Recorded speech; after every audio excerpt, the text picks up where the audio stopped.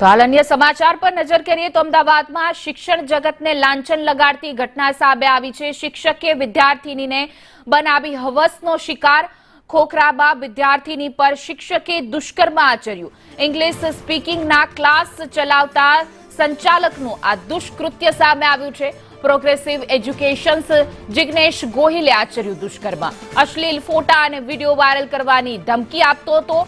નફ્ફટ શિક્ષક વિદ્યાર્થીની ફરિયાદના આધારે સંચાલક સામે કાર્યવાહી કરવામાં આવી। ખોખરા પોલીસે આરોપી જિગ્નેશ ગોહિલની ધરપકડ કરી લીધી છે। શિક્ષણ જગતને લાંછન લગાવતો કિસ્સો છે, જે વિદ્યાર્થીઓ તેને ગુરુ માને છે, પરંતુ એ શિક્ષક હવસખોર નીકળ્યો। શિક્ષકે વિદ્યાર્થીનીને પોતાની હવસનો શિકાર બનાવ્યો। વધુ વિગતો સાથે અમારા સંવાદદાતા જિગ્નેશ પટેલ જોડાઈ ગયા છે। જિગ્નેશ, સમગ્ર ઘટના શું હતી, કારણ કે શિક્ષકે વિદ્યાર્થીની ઉપર દુષ્કર્મ આચર્યું છે?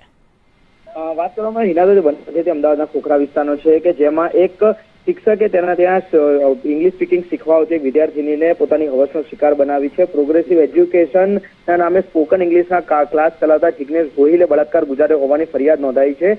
ફરિયાદ બનાવ 2020થી લઈ અને 2024 સુધીનો છે કે જ્યાં 2 વર્ષના સમયગાળા દરમિયાન આ શારીરિક સંબંધ બાંધવામાં આવ્યા હતા અને દુષ્કર્મ ગુજાર્યું હતું। સાથે જ યુવતી છે તેના ફોટા અને વિડીયો વાયરલ કરવાની ધમકી આપી અને તેની સાથે શારીરિક શોષણ કરવામાં આવતું હોવાનો પણ ફરિયાદમાં ઉલ્લેખ કરવામાં આવ્યો છે। જે મામલે ખોખરા પોલીસે ગુનો નોંધી અને આરોપી છે જિગ્નેશ ગોહિલ તેની ધરપકડ કરી છે અને તેના વિરુદ્ધમાં વધુ કાર્યવાહી શરૂ કરવામાં આવી।